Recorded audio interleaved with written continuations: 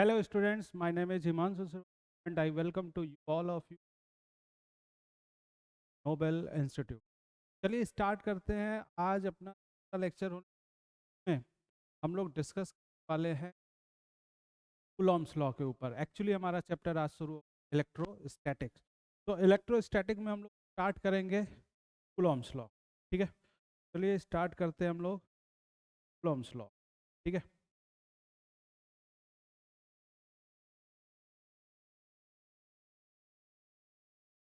आज हम लोग स्टार्ट करेंगे इलेक्ट्रोस्टैटिक।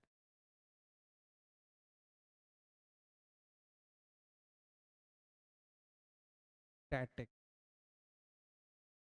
इलेक्ट्रोस्टैटिक में हम लोग स्टार्ट करने कूलॉम्स लॉ। ठीक है, तो आज का अपना टॉपिक कूलॉम्स लॉ।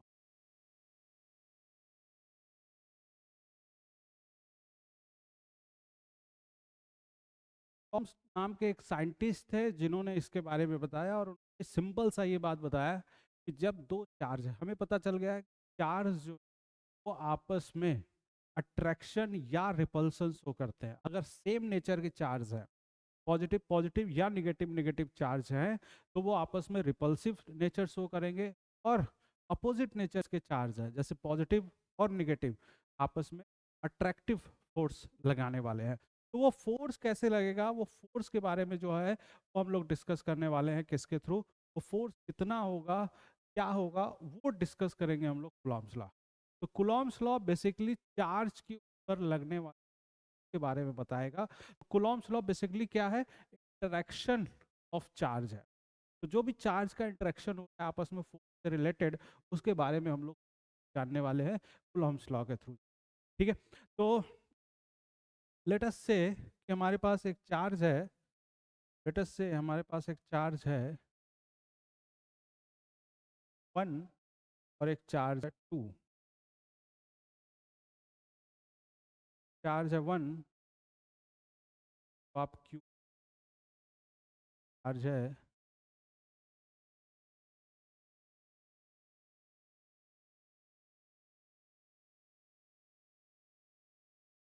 1 चार्ज, और ये 2 चार्ज है।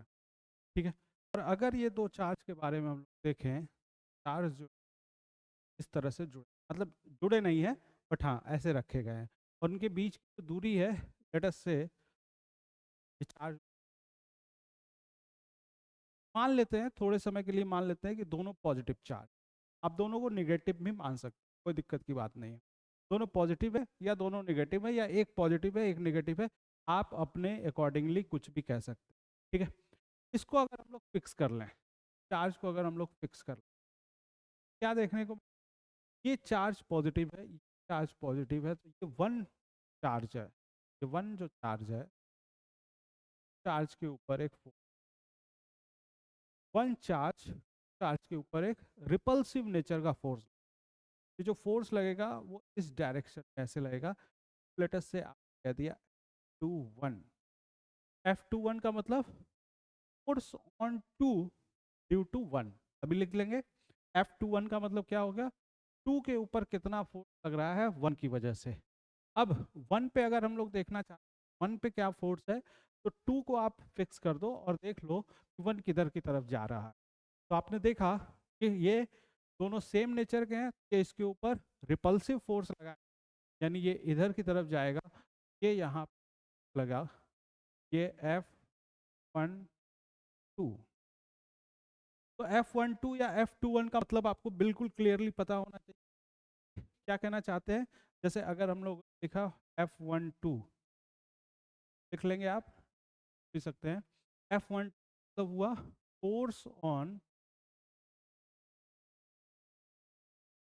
चार्ज 1 ड्यू टू चार्ज 2 पर इतना फोर्स लग रहा है 2 की वजह से।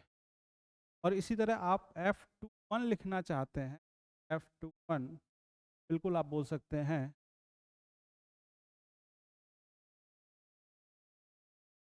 Charge 2 2 charge 1। नेचर तो हमें पता है कि अट्रैक्टिव होगा या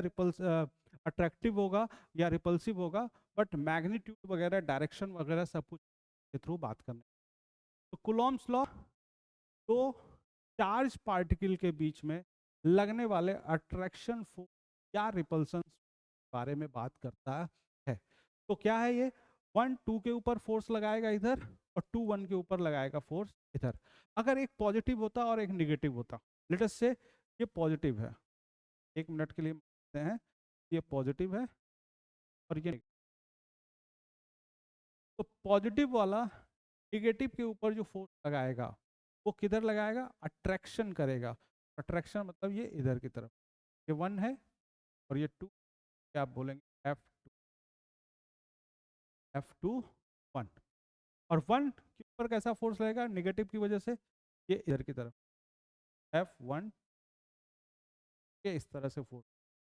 यानी क्या ये आप समझ पा रहे हो, ये एक्शन रिएक्शन वाला पेयर है। क्या आप समझ पा रहे हो कि ये एक्शन रिएक्शन पेयर वाला फोर्स है? जी हाँ, बिल्कुल। ये जो फोर्स है वो एक्शन रिएक्शन पेयर वाला फोर्स। तो आप लिख सकते हैं कि is this force is action reaction pair, action reaction pair force, जो कि हमेशा किधर की तरफ लगेगा, line joining centre of two charge particle which always act, को भी लिख लेंगे आप, नहीं बात अधूरी रह जाएगी, which always act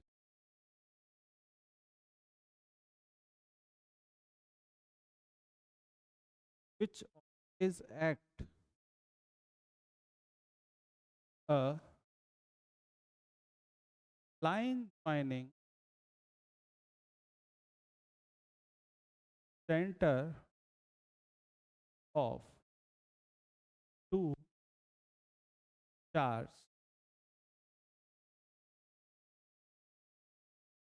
जो भी लाइन ज्वाइनिंग सेंटर है दो चार्ज पार्टिकल का, जो भी लाइन ज्वाइनिंग सेंटर है दो चार्ज पार्टिकल का, उनकी तरफ लग रहा होगा। यानी एक्शन रिएक्शन तो है, एक्शन रिएक्शन तो है, मगर ये चार्ज पार्टिकल लाइन ज्वाइनिंग पे है, ये बोलना जरूरी है। क्यों बोलना जरूरी है? सपोज करो आप, ये चार्ज पार्टिकल हो गया प्लस क्यू, और ये चार्ज पार्टिकल,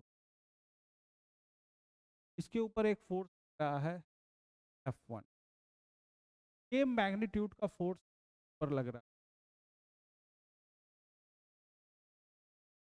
सेम मैग्नीट्यूड का फोर्स F2। क्या ये F2 को F1 है, F1 बिल्कुल। क्या ये एक्शन रिएक्शन है? बिल्कुल एक्शन रिएक्शन है, क्योंकि इसके ऊपर अगर निगेटिव डायरेक्शन में लग रहा है तो इसके ऊपर पॉजिटिव है, मगर इक्वल साइन के, मगर ये लाइन ज्वाइनिंग में नहीं, लाइन ज्वाइनिंग में ये इलेक्ट्रोस्टैटिक फोर्स नहीं होगा, ये इलेक्ट्रोस्टैटिक फोर्स नहीं होगा, कूलॉम्स लॉ पे बेस्ड नहीं है।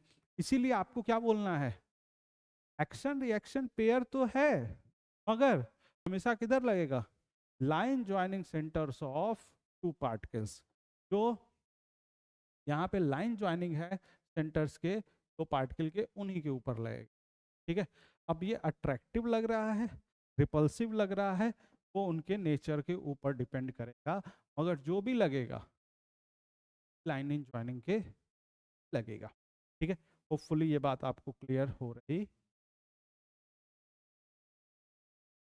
चलिए, तो फोर्स हमेशा कैसे लगेगा, एक्शन रिएक्शन पेयर में और लाइन ज्वाइनिंग पॉइंट के साथ, लाइन ज्वाइनिंग वाइज, ये हमें क्लियर हो जाना चाहिए। ठीक है, तो एक बार फिर से बात कर लेते हैं कि सर हमारे पास चार्ज पार्ट एक क्यू,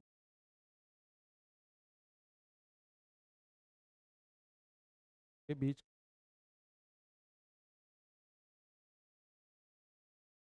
है।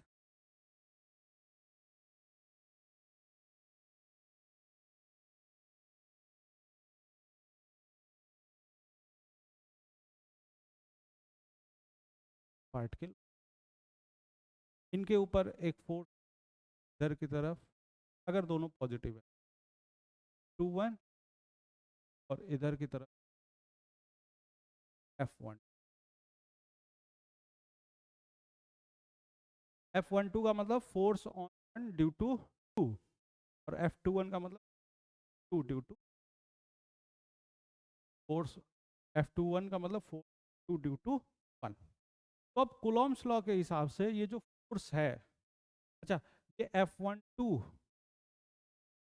और F21 का मैग्नीट्यूड सेम होगा,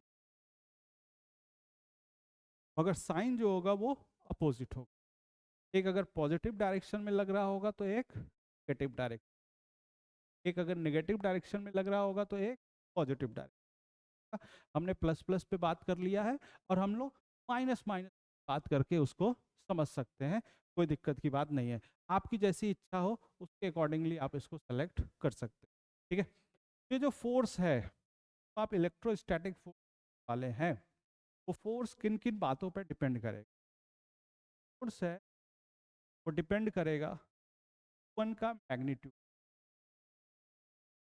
ये जो फोर्स है वो डिपेंड करेगा का मैग्नीट्यूड, और ये जो फोर्स है बात पे डिपेंड करेगा।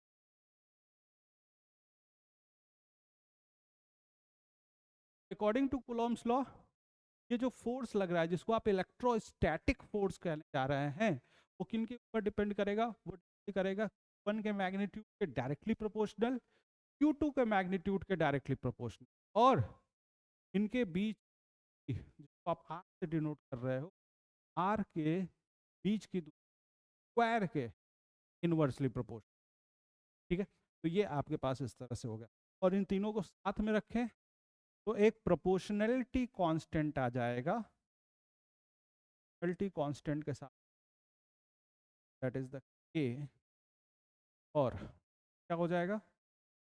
Q1 Q2 the magnitude of कौन सा फोर्स? F है, वो क्या हो जाएगा?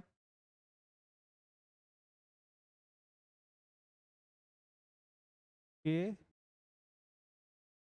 On R, K Q1 Q2 upon R square. अब K के बारे में आप बात करें जरा, K के बारे में। K जो है वो एक कांस्टेंट,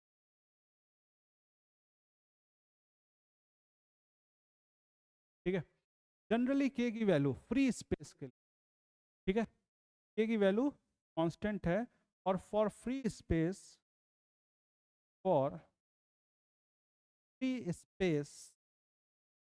जो K की वैल्यू होगी वो हो जाएगी 9 10 to the power 9, 9 into 10 power 9, और यूनिट क्या हो जाएगा? यूनिट देखें आप, जाएगा न्यूटन मीटर स्क्वायर पर। तो K क्या है?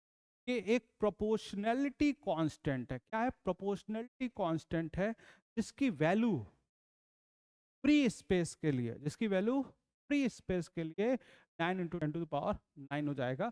और इसको आप क्या बोलने वाले हैं? यूनिट। यूनिट देखें आप, न्यूटन मीटर स्क्वायर पर कूलम स्क्वायर। K के लिए बात करें, न्यूटन मीटर स्क्वायर और कूलम स्क्वायर, ठीक है। अच्छा, ये K के लिए फॉर फ्री स्पेस ही बात कर रहे हैं। फॉर फ्री स्पेस तो फॉर्मूला होता है, वो होता है 1/पाई एप्सिलॉन। क्या होता है? 1/पाई एप्सिलॉन नॉट। एप्सिलॉन नॉट क्या होता है? एप्सिलॉन नॉट क्या होता है? परमिटिविटी होती है। क्या होती है सर? परमिटिविटी होती है for free space. Permittivity for free space, ठीक है। परमिटिविटी फॉर फ्री स्पेस है। और एप्सिलॉन नॉट की जो वैल्यू होती है वो होती है 8.85 इंटू 10⁻⁻12। तो के 4 पाई तो कांस्टेंट है, के का यूनिट होगा उसका रेसिप्रोकल जो हो जाएगा वो एप्सिलॉन नॉट यानी परमिटिविटी का यूनिट हो जाएगा। का यूनिट क्या हो जाएगा जरा देखें जरा, coulomb square upon newton metre. क्या हो जाएगा, coulomb square upon newton metre. तो ये आपने कूलॉम्स लॉ के बारे में बात कर लिया। और ये फॉर्मूला आपके लिए बहुत ज़्यादा इम्पोर्टेंट, फॉर्मूला आपके लिए बहुत ज़्यादा इम्पोर्टेंट। के Q1 Q2, तो यानी जनरली अगर आप बात करें, जनरली अगर आप बात करें तो सही तरीका क्या है के लिखने का, सही तरीका के को लिखने का क्या हो गया, सॉरी तरीका 1/π इसके लिए लिख रहा हूं मैं Q1 upon, this is the right way form law लिखने का। मगर 1/4 पाई एप्सिलॉन के बदले में हम लोग क्या लिख लेते हैं, के लिख लेते हैं, के Q1 Q2 are square. Generally आप के साथ ही डील करिए, बट हाँ आपको पता होना चाहिए ये फॉर्मूला भी हमें याद है, ठीक है। ये आपने कूलॉम्स लॉ के बारे में बात कर ली। पिक करके इधर कर लेते हैं।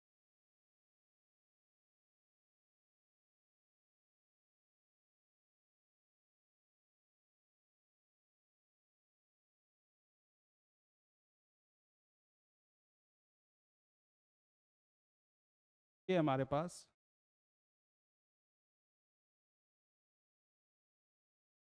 कूलॉम्स लॉ हो गया। तो कूलॉम्स लॉ क्या है, दो चार्ज पार्टिकल के बीच लगने वाला अट्रैक्शन फोर्स या रिपल्सन बारे में अगर आप बात कर रहे हैं तो वो जो मैग्नीट्यूड आपको मिलने वाला है वो क्या होगा, वो कूलॉम्स लॉ से मिल।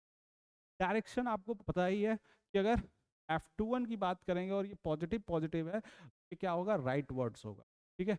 और F1 बात करेंगे तो ये क्या होगा, लेफ्ट वर्ड। तो ये इस तरह से आप इसको समझ सकते हैं, ठीक है। तो के Q1 कौन, तो Q1 Q2 का मैग्नीट्यूड आप रख लो, आर का मैग्नीट्यूड, और उसके हिसाब से आप इसको वैल्यू फाइंड आउट कर सकते हो। डायरेक्शन जो है वो आप यहाँ बता सकते हो, ठीक है। अगर एक छोटा सा सवाल अगर हम लोग करें यहाँ पे, बिल्कुल छोटा सा सिंपल सा, बिल्कुल सिंपल सा सवाल,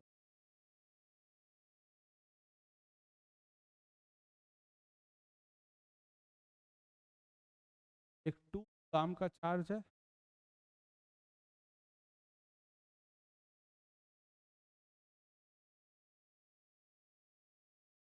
फ्री स्पेस में रख,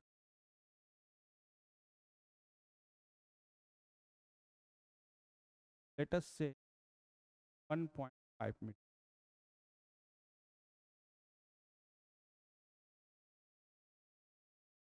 ठीक है। 1 है,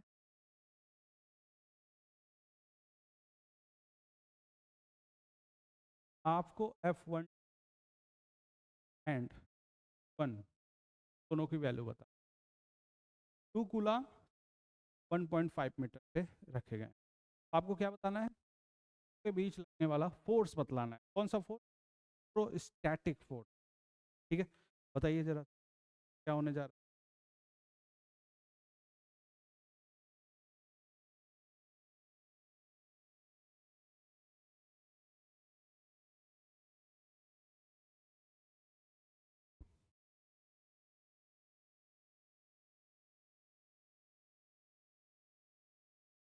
बिल्कुल सिंपल सा है क्वेश्चन, जरा भी hesitate,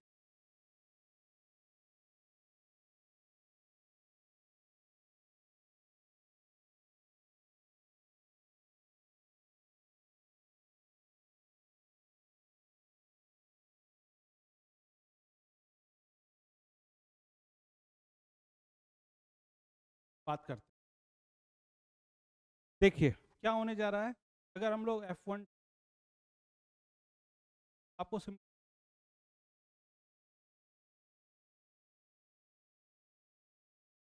formula use,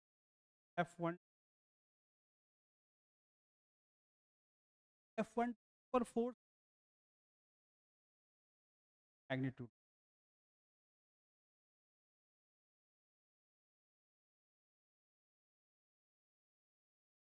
A Q1 Q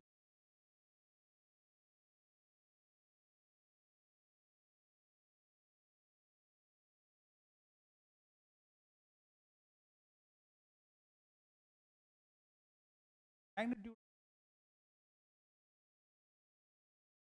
are का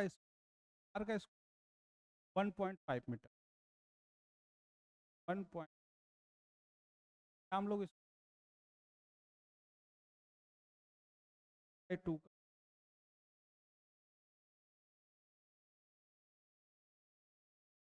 आप देख,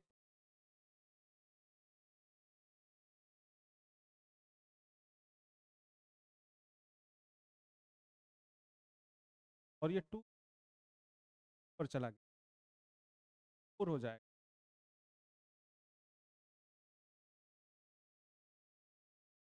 10⁻⁴ और 4,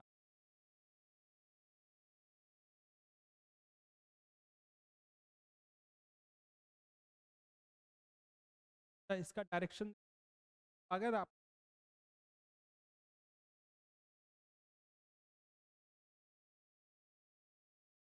1 2 1 2 का माइनस मॉलिक्यूल,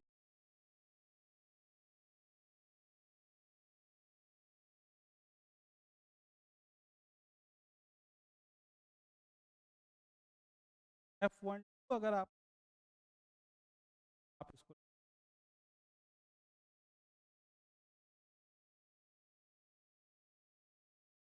अगर F1 लिखना चाहते हैं,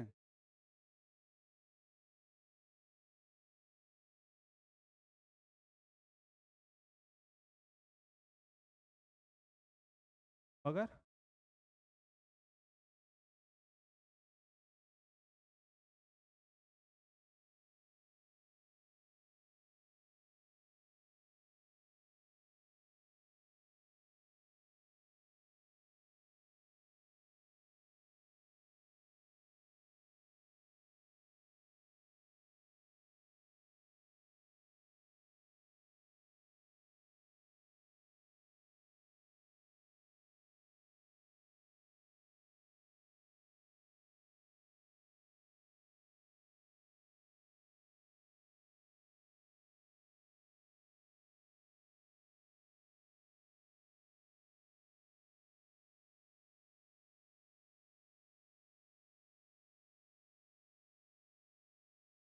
कंजर्वेटिव, एक और बात हमें जाननी चाहिए क्या, तो इलेक्ट्रोस्टैटिक कैसा कंजर्वेटिव,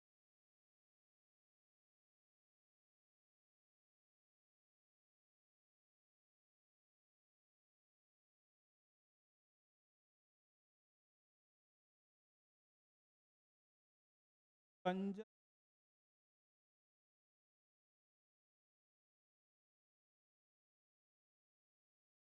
आप कंजर्वेटिव कंजर्वेटिव कंजर्वेटिव वो फोर्स वर्क डन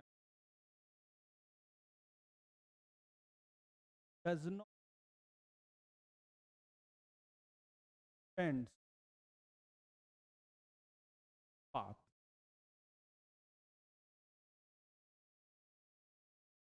static वो फोर्स इन इनका इलेक्ट्रो कंजर्वेटिव इनका वर्क डन पाथ पर डिपेंड, यानी वर्क डन पाथ किसी भी पाथ से तो वहां पर वर्क डन ऐसे बहुत ही अच्छा, ग्रेविटेशन वो भी एक, ठीक है। एक और बात दैट इज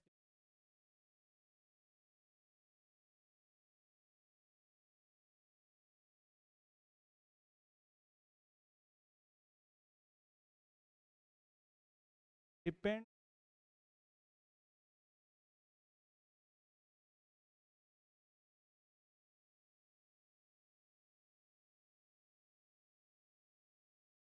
स्टैटिक क्यों कैसे मीट पर डिपेंड के बारे में के लिए एप्सिलॉन है वो परमिटिविटी है, बट अगर यहाँ पे इनके आ जाएगा, यहाँ पर इनके फ्रीडम आ जाए, यहाँ पर ये एप्सिलॉन को वैल्यू अलग अलग मीडियम के लिए एप्सिलॉन परमिटिव पर डिपेंड्स, तो परमिटिविटी अलग अलग मीडियम के लिए अलग अलग होगी, अलग अलग, यानी इलेक्ट्रोस्टैटिक इलेक्ट्रो के मीडियम कैसा बात पे डिपेंड, ठीक है। अच्छा, डिफरेंस ग्रेविटेशनल और इलेक्ट्रो, क्या डिफरेंस ग्रेविटेशन और, ठीक है बताएं जरा, ग्रेविटेशन और ध्यान से देख,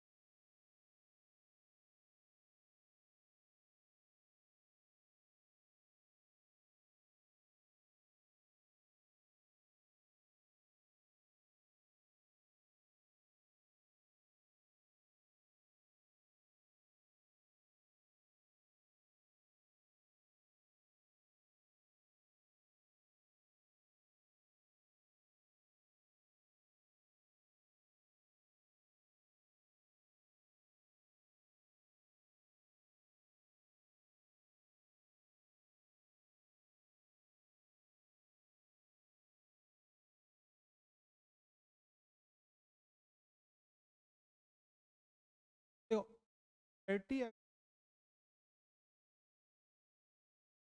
30 बता लेंगे, बिल्कुल बता, ग्रेविटेशन फॉर्मूला पहला फॉर्मूले में फॉर्मूला ग्रेविटेशन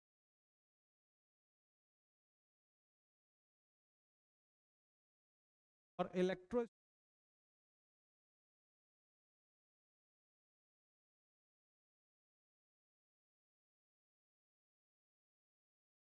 आर स्क्वायर, ये ग्रेविटेशन आपको सिमिलर फॉर्मूला लग रहा हो, बिल्कुल आराम से, ठीक है। चलिए, एक बात ये समझ, ग्रेविटेशनल फोर्स हमेशा ट्रैक्शन ऑलवेज, वो मास ऑलवेज अट्रैक्ट कर पॉजिटिव होता है, तो मीनिंगलेस बात, यहाँ पे पॉजिटिव नेगेटिव है नहीं, तो यहाँ पर आप बोलोगे हमेशा ठीक है, तो ग्रेविटेशन ऑलवेज अट्रैक्टिव,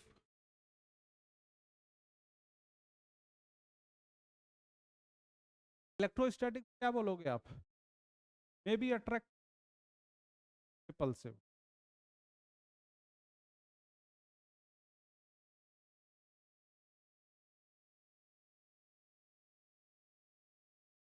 और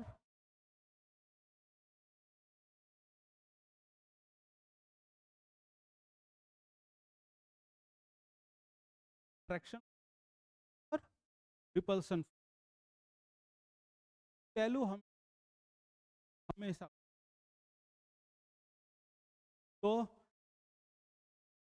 मीडियम के ऊपर डिपेंड, ठीक है ना, does not depend on not, depends.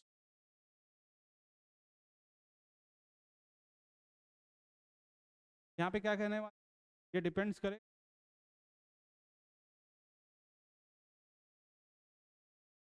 Depends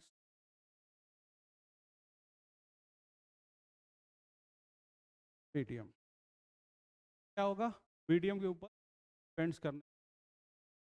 ठीक है, बातें,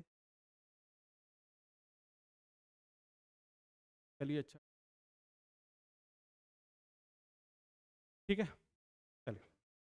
तो इस क्या कहा, इलेक्ट्रोस्टैटिक फोर्स, कंजर्वेटिव, और ये मीडियम पर डिपेंड करते हैं, ग्रेविटेशनल और इलेक्ट्रो डिफरेंस आपने।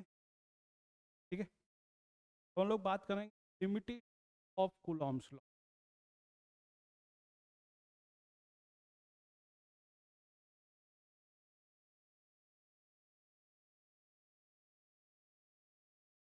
ऑफ कूलॉम्स, कूलॉम्स लॉ का लिमिटेड बात करना कि सर कूलॉम्स लॉ के क्या क्या लिमिटेशन। ठीक है, लिमिटेशंस की अगर आप बात करें, पहली बात ये इज और point charge, valid for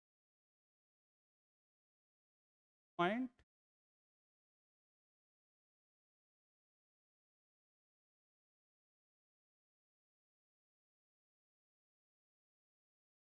charge.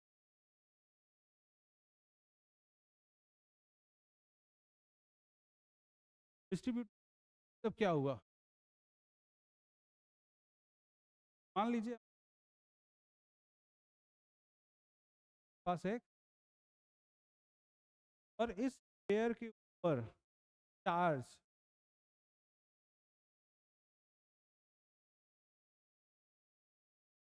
और वो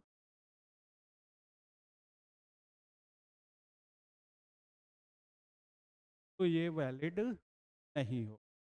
ठीक है ना, डिस्ट्रीब्यूटेड चार्ज के लिए नहीं कर। ठीक है, बात is not when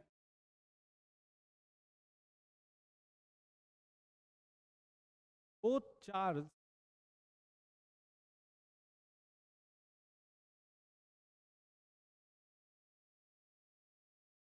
not valid, when both, जब दोनों चार्ज मूव कर रहे होंगे तब ये वैलिड नहीं होगा।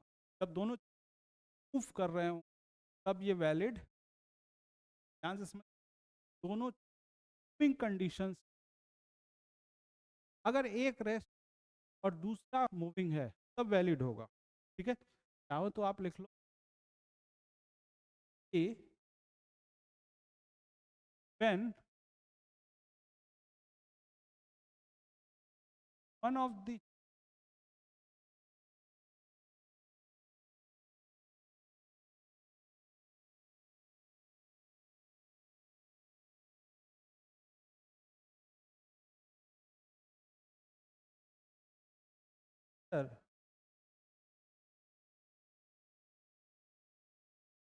moving,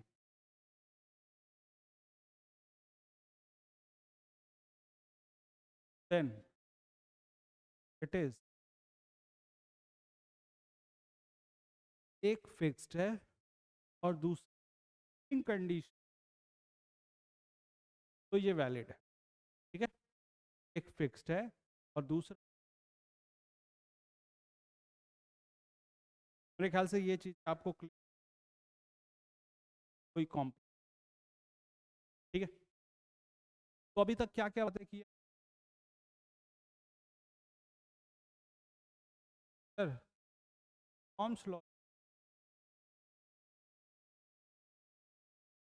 ठीक है, और क्या कहा आप, कूलॉम्स लॉ, कूलॉम्स लॉ कहता है। ठीक है, तो वो एक दूसरे पर क्या रिपल अट्रैक्शन का, जब वो डिफरेंट रिपल्सन का, ठीक है, एक दूसरे के ऊपर फोर्स, F12 और F21 लिखा का मतलब चार्ज 1 ड्यू टू 2, F12 1 पे F21 2 पे कितना 1 की वजह, और ये एक्शन पेयर में है, काम कर रहे हैं। कूलॉम्स के हिसाब से F डायरेक्टली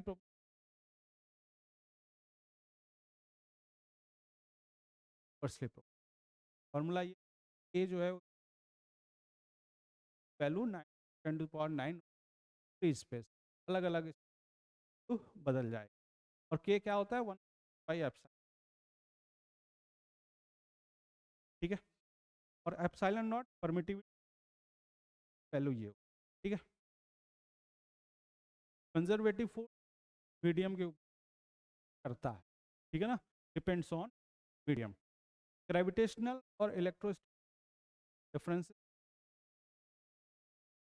ऑलवेज अट्रैक्टिव होगा, ग्रेविटेशनल और रिपल्स, ये मीडियम के ऊपर डिपेंड ही करता है, ग्रेविटेशनल जबकि डिपेंड करता है, ठीक है।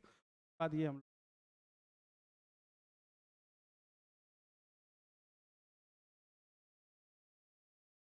और लोगों ने लिमिटेशंस कूलॉम्स लॉ के क्या क्या, कूलॉम्स लॉ के क्या, पहला लिमिट 0.4 अगर वैलिड, और दूसरी बात कि अगर दोनों मूविंग कंडीशन में भी वैलिड नहीं होगा, एक मूविंग है एक रेस्ट पर है, ठीक है।